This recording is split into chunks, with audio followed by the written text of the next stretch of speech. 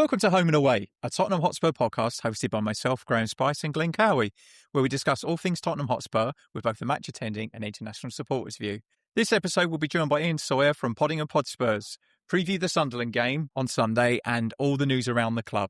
A lot to get through, so let's get into it. Let me be the one that you turn to, someone you can rely on, closer each day, home and away.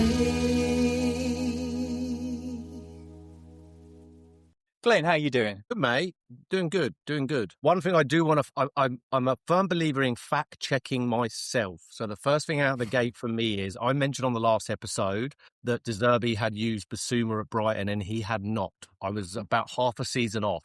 I thought that he had played under him, but he hadn't. So So we signed him when Graham Potter was still there. Believe so, yeah. So De Zerbi did not manage Bissouma. So back to the theory that Bissouma will be sold. But yes, broadly I'm well. Can't believe it's 10th of April here and Easter's been and gone, and the leaves are further falling from the trees and it's looking very wintry in Melbourne. But how about you? It's been very nice here. Yeah, I was going to say it was 25 degrees. I have this running joke. I'm in a WhatsApp group with my mates who I went to school with, and we're still very much in touch. And we have this running joke every year about this time. I do 2 screenshots of the weather in Melbourne and the weather in Sandhurst, and I congratulate them when they beat our weather. So that happened on Wednesday. So congratulations, you're officially hotter than Melbourne. So, but yes, good to be here. Iain, how are you, mate? Good to have you on. I'm all right. I've been hobbling around. I got a weird ankle and a weird leg that's all spreading up my body because I'm an old man now. You haven't been seen by the Tottenham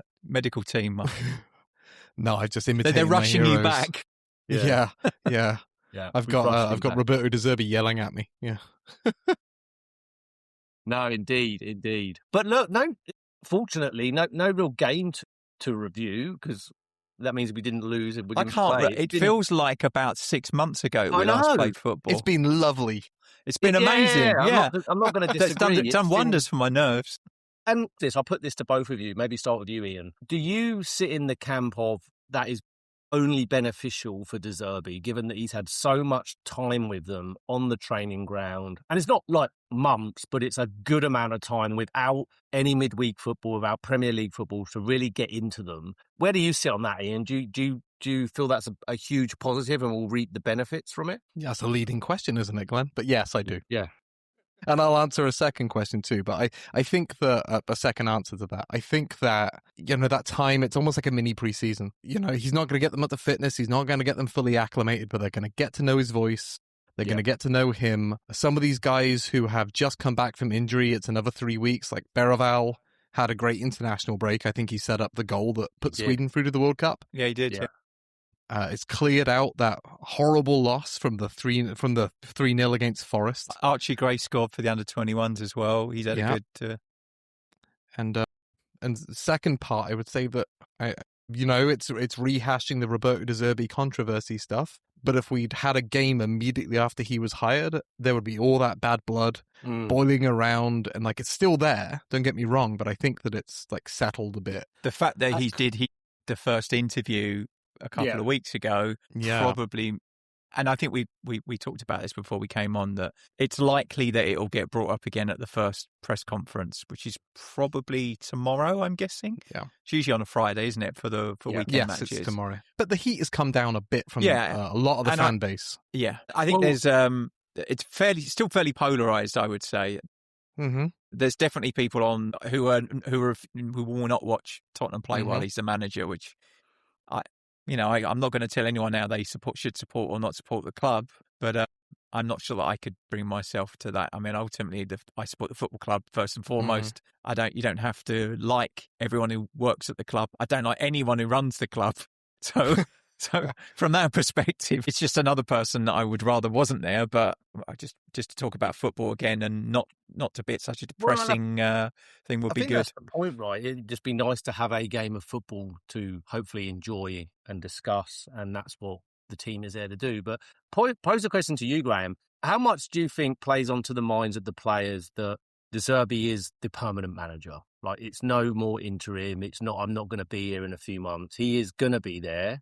And well, maybe he'll only be there a year of the 5. I don't know. But the fact of the matter is, he's going to be He there. might not make it to the summer. Well, he might end up punching someone. Yeah. Well, but do you feel that the players feed into that a bit more than they did under Tudor? Like, Tudor is quite an easy out for him, wasn't it? Well, I'm here until the end of the season. There's so many outs to that from a player's perspective. I think if that is the case, it speaks a lot to the professionalism of the players. That if they would not given ultimately, it's their own reputations that are on the line as well, right? If they get relegated, that it's very easy for them to point at everybody else, but they're all culpable. They'll all be a part of a team that got relegated, right? And I wouldn't want that on my CV. But they're going to have to look at that and look hard and look twice at that. Yeah. You know, that's really on their shoulders, and they're not going to be able to wash that off their career real quick. No. Well, hence, as we get into the summer, if we do hopefully stay up, I will not be unhappy to see the back of Romero and Van der Ven. I won't. I just don't think they've been good enough in large spells of any given season. I won't be unhappy if we get rid and we build the team around a Danso and a Vuskovic, you know. That's just my view, but that's where I sit. I also think there's going to be there's the 2 phases of De Zerbi. Not 2 faces, 2 phases. He's only brought 2 coaching staff in with him. So we've retained a number of the people that were there beforehand. So including, is it Giorgio? No, what's his name? It's like Manfred Mann or something. It's a double M name, isn't it? Oh, there's that guy. But there's the guy, the set piece coach that was at Man United and Brentford with Thomas Frank. He's still there. So it's a bit of a blended team. And so I think what we've got is De Zerbi trying to get an extra 10% out of all the players by galvanising them together and trying to eke out some results. And I guess he'll have some ways that he wants them to play, but I don't think he'll try and impart too much and confuse them. There's not enough games left to wholesale change everything, I don't think. Do you think there's an element here that he might ask some of the senior players, even though I've just labelled them as I wouldn't be unhappy if they left? Do you think he could ask, what system do you want to play, guys? What works for you in these next 7 games so we can get out of the shit? Or do you think he's going to come in and just be this is I don't think so. I think it would be. I think if you want to build a relationship with the players, I don't think that's a great starting point, right? Yeah. Because you're basically saying, I haven't got a clue. Yeah. Tell me how you want to play. If they're going to do that, you might as well put Ben Davies in charge. And it's funny you bring up Ben Davies because the backroom staff, I'd quite like to see him be given some kind of role in the coaching staff. He seems to be. Don't let Richard Stafford say that. What's that? Sorry. Don't let Richard Stafford. Yeah, Richard's already given it the thumbs down. For some reason, he absolutely detests the guy. And the funniest thing was when I went to the match with him, which was beginning of January. Of course, Ben Davies scored. Yeah. So it was so funny. So, but yeah. I think that when I said the 2 phases of De Zerbi, I think the first phase will be this get to the end of the season. And I think that he's on the assumption that we stay up, he will completely revamp the backroom staff again. And it will probably be more in the image of what he's had at previous clubs. There are 7 people in his usual backroom team that he's had at Brighton and Marseille. And he's only got 2 of those this time. So I think there's a likelihood that we might see more of them in the summer. Come in. Once we know that we've got Premier League money to pay for a bigger coaching team, I guess. And because of the staying up or going down, I don't know, but I'm sure costs will have to be cut somewhere. Either way, it starts with an earthquake. There's something happening either way. Yeah, and I'm kind of happy for the new setup, De Zerbi, that the first game is actually away from home. I think that really is quite helpful for him. The home games seem to come with so much more pressure, and any missed pass, any mess up, any stuff up seems to the fans jump on. So I'm kind of glad it's away. But he's obviously, as you mentioned, Graeme, in the wider chat that we have, he's already going to be about kudos, which we all thought he was going to be back fighting fit. So we talked about it off air a bit, Ian and Graeme. It's I don't know, like he's suddenly not fit and now he needs surgery. It's like, how do we get to that stage? Either it's a completely new injury or a reoccurrence of the same injury. I'm not sure, but what are the medical team doing? It just feels like they're asleep at the wheel. It's not the first one either, is it? No. We had who came Even back? Solanke's injury. Yeah. You got guys. Yes. The ACL injury. He was out for weeks, wasn't he? They still it'd be 2 or 3 weeks, and the next thing you know, he's out for 4 months or something. It seems to be quite commonplace. Don't forget Odebear too. He had that ACL and injury, even came back, and it recurrence. Kulusevski's just a knock. Yeah, Kulusevski's was a knock, wasn't it, to begin with? Yeah. It's like we said before. It's like Tottenham medical injuries are like they're in dog years, not in. But how many times have we normal. Recycled the medical team now? Because it's a different team to what. Yeah, we had exactly. around. It's not the people, and it can't be the people. It's like we've had a complete swap out of everyone from like top to bottom. So there has to be some other factors at play. There's obviously some bad decision making still somewhere along the line, but there has to be something with maybe the training pitches, because it seems to have been worse since we've moved to the current Hotspur way. And maybe the pitch itself, the new stadium, that's a fairly recent thing where it's obviously I think I mentioned it last time, didn't we? That there's I think is it Real Madrid's pitch? They've had a lot of injuries as well, and they've it's got retractable. where the turf pitch is in not as deep as the It doesn't get as a normal non-moving pitch would be. That the earth becomes more compacted and harder, and because then you've got that artificial man-made fibre woven into the grass as well to hold it all together, that maybe it's a cause of more like twisting injuries, like ACLs and knees and ankles, and it's just hard to tell, isn't it? But something's not right. Either that, or we need to get like a witch doctor come in and like an exorcist. Need someone come in and piss in all 4 corners of the ground. I think as Barry Fry once did. Didn't it? Yeah, good stuff. I think that the players are overworked relative to the past. It's all sprints and running stats now, and I think that it gets to a bit of a death spiral. You know, you get one injury, you got a higher chance of a second injury in your squad because you're down a man, and then a second makes a third. And I think we reached this tipping point where we had so many injured first teamers that were constantly rushing people back, maybe before they're ready, and the ones that are left end up working, playing more than they should do. And it's kind of like a bit of a death spiral you end up on, right? Interestingly, I've made comment that his first game with us is away, which I'm quite happy about, but his first home game is against Brighton. Like these things seem to happen, don't they, with football? It's quite funny. Another team that we've struggled against in recent. Wow. I hope he gets a win, because we're our local supporters clubs across the Mid-Atlantic. There's 9 of us getting together in Baltimore. Hopefully hundreds of Spurs fans at a bar to watch that game. So all the way down from Virginia Beach all the way up to Philadelphia are all getting together for the Brighton game. Quite a stretch, right? Yeah. When you get the win, because there's nothing worse than going to all that effort, which takes a lot of effort for everybody, and then you get the defeat. Last year we had 1-1 versus West Ham. Yeah. It was an awful game. Well, and there's every possibility going into the Sunderland game we will be in the bottom 3. West Ham play Wolves. They play Friday, don't they? Yeah, they play Friday night. There's not any more. Who have they got? It's Wolves, is it? Wolves at home. Wolves. They've got Wolves at home, so Wolves will roll over for them.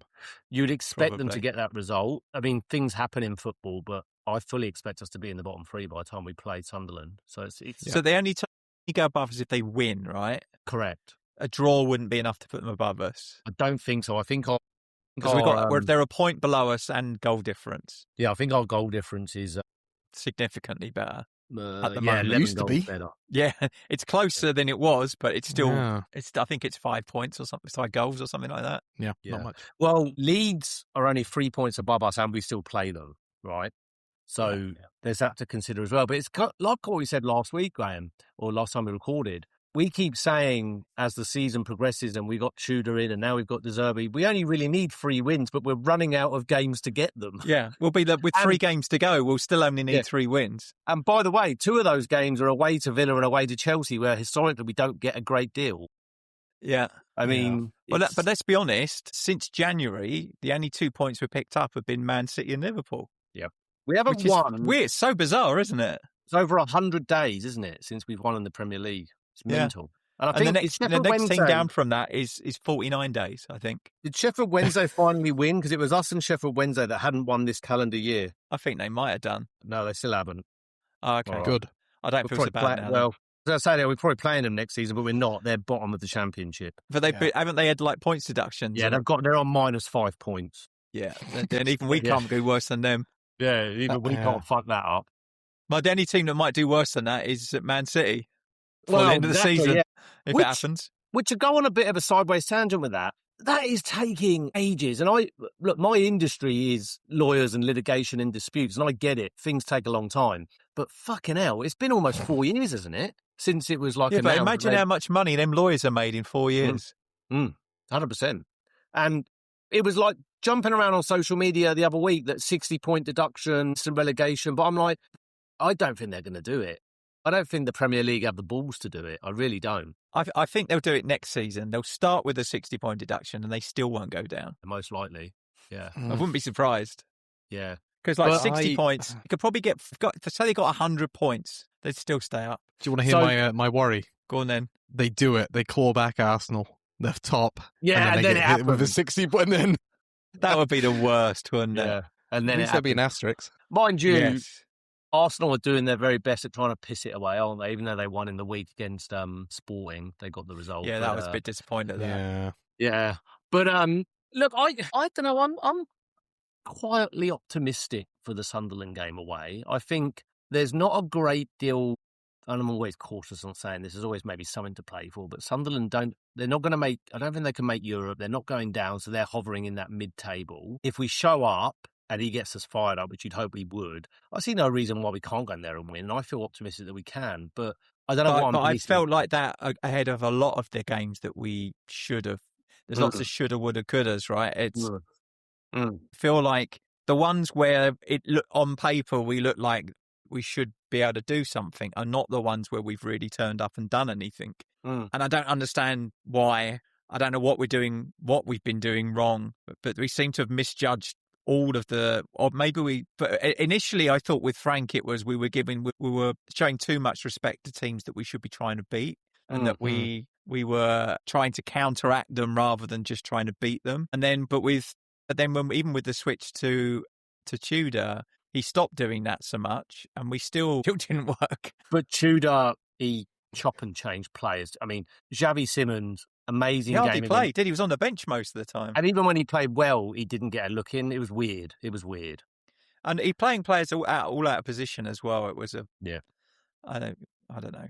It's difficult to criticise. You can criticise, but it's difficult to be really critical when you've got 13 fit players to choose from. There's not a lot of options available to him, but I felt like there were square pegs, square holes that he could have gone with that probably would have made more sense. I still am a believer that I would rather play one of the under 21 players in the right position than play someone out of position. I still think that you keep the shape of the team. It's probably more effective, but I wouldn't disagree. You've got right backs in the squad who are younger players who have come through the academy. You've got centre backs. To tell you the other thing I noticed, Ash Phillips, I think, did he win Player of the Season or something at Stoke? He's nominated for Young Player of the Championship. Of the Championship, it's like, and he's been captaining the team as a Correct. 20-year-old loan player. So for me, I'm looking at it: Danso, Phillips, Vuskovic, and then is it Dorrington? Dorrington's out on loan as well. Yeah. So there are players that. And the other guy that's played a couple of games this season as well. I forget his name now. Byfield, yeah. He's looked quite decent as well. He doesn't look out of place when he's come on. Yeah. I don't know. I feel like maybe this is true of all football fans, but there's like an obsession with the youth team that I don't know if they were really up to snuff. And I get that there's like a risk with putting these players in, but we've put so much of our hope on these young men, and we don't know anything really about them other than like, oh, he's doing well at Stoke, but like it is Stoke. It is. Yeah. I mean, I would say it's the Championship, but I guess I think for a lot of them, you don't really know until you try them. Kane's a great example of that, right? Yeah, there often is a clamour for younger players just because they've come through the academy and they understand what Tottenham means, etc., etc. It doesn't always result in good player, right? But like, for instance, I would have cancelled Vuskovic's loan in January if it was a possibility and brought him back just to have the numbers in the squad. And he would have played quite a bit this season if that had been the case. Yeah, absolutely agree. You keep him in the house because now there's rumours of, if we were to go down, which is a very real possibility, that Bayern Munich are circulating for him to be signed. They can circle all they want. Unless we want to sell him, he's not going anywhere, right? He's got... Yeah, exactly. Wages are low enough. I mean... Yeah. With relegation, though, it becomes a completely different prospect and conversation because he becomes an asset that you can trade with. Yeah, but there are other assets. You'd shift on older players before you'd shift him on, and right? They probably will. But if Bayern make a stupid offer and we're down, I can see it happening. I hope it doesn't. I hope we stay up and he's a big part of our future. But I don't know what to think about this club at times, to be honest. It was funny in the chat group I'm in when it was like being talked about who was going to be De Zerbi's backroom staff. And I said, fucking hell, with our leadership, it'd probably be Martin Keown, you know? It's like, that's a Tony Adams. Tony Adams and Martin Keown. But Ian, what's your general sentiment going into the Sunderland game? Like, do you share my optimism? Yeah, I think you've got to dare to believe you can survive, you know? Otherwise, what's the point? Like, I think we can do it. I don't know if we'll get a win, but I think we could at least get a point out of it. And I think it's not enough. But we got to start clawing points out of somewhere. And away at the Stadium of Light, they just turned over Newcastle not long ago. They're not a bad little team. And I think we were chatting before. Like, what was it, 2-2 or 3-2? It was 2-2. Robbie tore us apart, right? Yeah. I think it'd be interesting as well, though, because I know we've been bad, but most of the teams around us have been dropping points as well. Every now and again, they'll pick up a win, which we haven't managed to do, which is why we're in such close proximity. But nobody's playing particularly well, apart from Wolves, who seem to have turned into like prime, like Brazil. But but everyone else is they're struggling like we are for form. Yeah. So the thing is, at the moment, I'm thinking it's 9 points. But every time they drop a game, if they lose a game or draw a game, I think that the amount that we will actually need to survive becomes less. I'm not saying that I don't want us to get 9 points to survive, but so I saw someone go through the last 10 years and how many points it would have taken to survive. I think that the highest points was 38, and some, I think, was it last season? 26 or something? It was us. Actually, we were 26 points got you relegated last season. We were because we were 17th. It was the lowest surviving points tally, or whatever it was we got. Right. I can't remember. But there was still a gap between us and an 18th place. Yeah. But I think on average it's like mid-30s, like 34, 35. So it could be as low as that. We could need 2 wins or a win and 2 draws. It kind of has become a case of, like you've just said, and a shorter way of kind of paraphrasing it is it just got to match what West Ham do, right? If West Ham lose, we lose, fine. If West Ham draw, we draw, fine. You know, it's when it seems like a straight fight out between us and them at the moment. I don't discount Leeds in it still. They're still only 3 points off of us, and I believe West Ham still have to play them as well. Well, so as long as they keep tripping each other up, I don't care. Yeah. But we play them Monday Night Football, which we never seem to do well in. That's in early May, I think. So, yeah. A lot to play for, a lot to be nervous about. I'm not going to say excited about. I'm not excited at all about this prospect. It's not exciting to me. It's I'm enduring it. You know, I just hope we go and get the wins and the points required. Sorry, Glenn, I've got some bad news. Last game of the season for West Ham is the Leeds game. Yeah. So you can see us. You can see us needing a win. Sat around at Everton, we've got, haven't we, that day? Is it at home game against Everton? We're home to Everton. Yeah. They could be going for Europe. They could even be going for a Champions League spot because 5th gets you that. Yep. So does it this year? Because they were performing so poorly? Yeah, they just expand. They just said, I saw it in BBC, I think it said, you get 5th again. Look, the one other thing I wanted to cover on is the Mikey Moore. There was a recent article that came out. Mikey Moore had shared that it was a heart condition. I think we all kind of knew this, rumour mill, but it has to be pretty damaging to a player of that age. And he was concerned he wouldn't play again. So nice to see him. Initially he was out with COVID. Yeah. But then it took months for him to return, didn't it, after that? And it's a known condition, like with this heart condition that comes from having COVID. So I'm glad to see that he's fighting fit and playing regularly. I hope that he features next season. Again, caveat, hope we stay up and hope we can keep hold of these players. I've been watching quite a lot of the highlights packages of him. That they seem to have done a really good job of just literally editing every time he touches the ball. It's basically like him playing against Aberdeen or whatever. And like, they've been quite good to watch, and he looks comfortable in that team. Yeah. I think he gets quite a lot of space and quite a lot of time compared to what he would get in the Premier League. I mean, in terms of quality, it's definitely not as strong. He looks the part up there for sure. I like what was said on the club channels or somewhere. Was it in that article that they sent him to Rangers because of the pressure? They thought that, the football may not be as high, but the pressure of playing at Rangers, huge club, where you need to win every game. Yeah. Unlike us. Yeah. He wouldn't have that pressure at all. Whereas here we need to win any game. Yeah. I mean, he could have in the first 2 years of his career a European trophy under his belt, which, he contributed to in a small way. And then the second year, he could have a Scottish championship. Yeah. It's pretty nuts. It's quite close up there as well, isn't it? Hearts. Yeah, 1 point.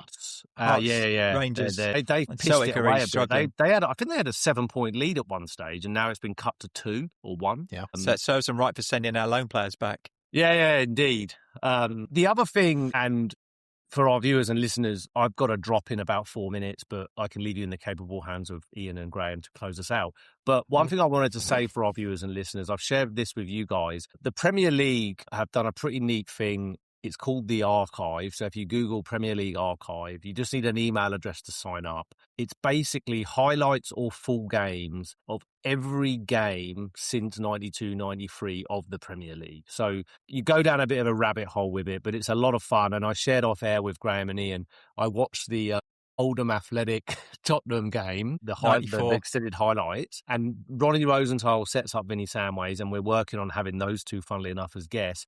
And interestingly, the commentary of Martin Tyler and Andy Gray, they were commenting on the fact that the reason Tottenham were in that mess in that particular season was because of our home form. So the parallels are quite eerie. Like, we were just abysmal at home.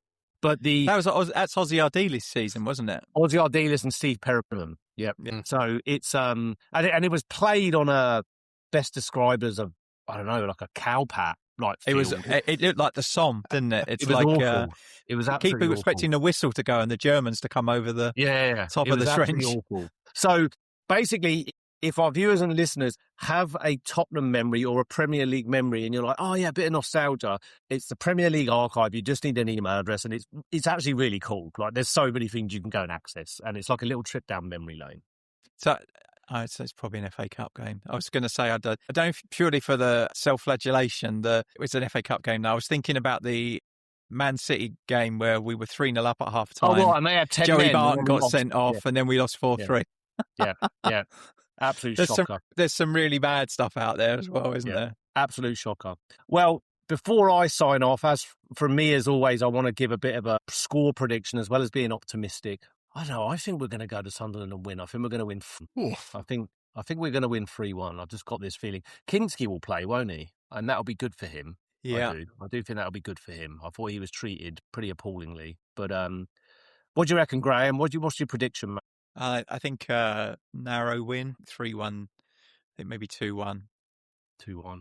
It's going to be tight. I think we'll be better. I hope that we'll be up for it. We come out with all guns blazing. Well, if we're not, we deserve to go down because we're going to be in the bottom 3 by the time it plays. Iain, over to you, mate. Kind of in the same boat as Graeme. I think it'll be tight. 2-1, maybe a 2-2. Oh, okay. That or a blowout 4-0. We'll just kick off this new, reign in a big fashion. Who knows? I'm really hopeful that we could do something like that, but I've learned to temper my enthusiasm. Yeah. Because I felt like there were games where we should come out, gangbusters and do really well, where we just literally haven't turned up and we've been 2-0 down inside of 10 minutes. It's like, so yeah, I've learned to, I'm not, in the home games, I'm even less optimistic about because I have to be there and watch it. No, I think 2-1, but the question is, where do you get the goals from? With this current squad. Well, like maybe Richarlison? Solanke has not been bad from his goal return since he's come back from injury. He's been pretty good. That's the question, is that all of them give you something different, right? So Kolmani and the other two, but none of them are really, probably if you could Franken striker one player out the 3 of them, it would be about right. It still would be like 20% of Harry Kane, but it's, this is the thing, isn't it? I think we're always going to feel shortchanged up front because what we're comparing them against what we've had before now. We've been lucky to have a generational talent who still, even at the ripe old age of 32, looks absolutely top draw. Oh, I watched the Bayern Real Madrid Bayern game. And do you know who he reminded me of in his absolute prime was Frank Lampard? He reminds me of peak Lampard in his ability to arrive late, his ability to spray the ball and pick a pass, his ability to track back. Like, if only England had a worthy centre forward for Kane to actually operate in behind, we'd be absolutely potent. But we don't. We don't have someone. Dom Solanke. Exactly, or Watkins. And Watkins, look, I quite like Watkins, but he's not Kane. And that's the problem England are going to have in this World Cup. And he's had no form this season at all, has he? Kane, for me, his next 2 to 3 year position, for me, is almost a number 10, just dropping in, and he's a phenomenal talent. And it also explains to me that at this stage of the season, when he was playing in the Premier League, he'd often have injuries or he didn't look fit, he just looked burnt out. Germany have a bit of an approach to player welfare that England could learn a lot from in terms of a proper break. And Germany, the German Bundesliga... He's still been injured there, though. He has, but it's been a little more forgiving on him in that league, I believe. So I think England will reap the benefits of that this summer. So let's hope. He's on 49 goals, isn't he, for the season? Fucking hell. Ridiculous. It's like he's gone past Clive Allen's 40. Yeah. 47 was it? 47. Was it 49 as well? In a single season. Yeah. However, Clive Allen they've probably still got like another 8 to 10 matches to play. Clive Allen was done across 46 games, wasn't it? Because it was a bigger season. Yeah, so there's a lot more. You're right. Yeah. You're right. Yeah. Was 87? Was it 87? It was when we finished third. 87. Lost the FA Cup final. And didn't we lose? We finished third. We lost the FA Cup final, and we got to the semi-final of the League Cup. Yes. So he played a lot of games. Yeah, he probably played a lot of games, but 65 also games. We were on for a domestic treble in that, and we probably should have won the league. Like, we were a really good side. It was under Pleat, wasn't it? David Pleat. He had us absolutely purring. He had Waddle and Hoddle, right? Or had Hoddle left by then? I think Hoddle was in that team. I think he was still there. Yeah. No, I'm not sure if he was. I think he might have gone. So he now might have gone in 86. What I'm saying is that the English Football League need to also do an archive so we can go back and enjoy that season, because that was pre-Premier League, of course. Yeah, that would be so good, wouldn't it? Yeah. Is that the FA then? It would, I guess, like FA or English, whatever, because it's all a bit weird, isn't it, now? Because obviously the Premier League is the Premier League. But yeah, I don't know. Yeah. I'm going to try and find some footage from that season, because I was only 5, so I don't remember it. I've had quite a lot of fun going through all the cafe newsreels. I found the video of the 61 open top bus parade with my granddad on the steps of the town hall. That's nice. So awesome. That's pretty cool. Yeah. That's been quite fun. I'm really interested to see like the 70s era as well. Although I started watching sort of midway through the 70s as a young kid, my memories of the games are kind of non-existent. But apart from maybe some of the early, in 78 with the Argentinians were playing with Ozzy and Ricky, and then up to sort of early 80s. I'd be quite interested to have a look around that. Yeah, I'm excited to go back and watch Ginola on that archive footage, because I was 10, 12, same it's there, and I remember the highlights and I remember him running, but just want to go back and see that on Modric, like from 20 years ago. It's a shame again, it just starts after Gaza as well. Yeah. Watching for Middlesbrough. Yeah. He wasn't half bad then even. Yeah. 5 minutes overdue my leave time. I need to go and get my stuff for work and head to the train station. We'll finish up anyway. I think that's fine. Yeah, okay. Yeah, no worries to me. We're going to cover. I can leave you two to chat post episodes as well if you want. But as always from me, I'll let Graeme close us out if there's anything more from Ian. But as always from me, come on you Spurs. Yeah, thanks to everyone who's listened in, and special thanks to Ian for joining us. It'll be good to chat to you again. Please like and subscribe to the podcast to tick all the algorithms so we can get in front of more Spurs supporters. And to close us out, as Glen said, come on you Spurs. Come on you Spurs. Let me be the one that you turn to, someone you can rely on, closer each day.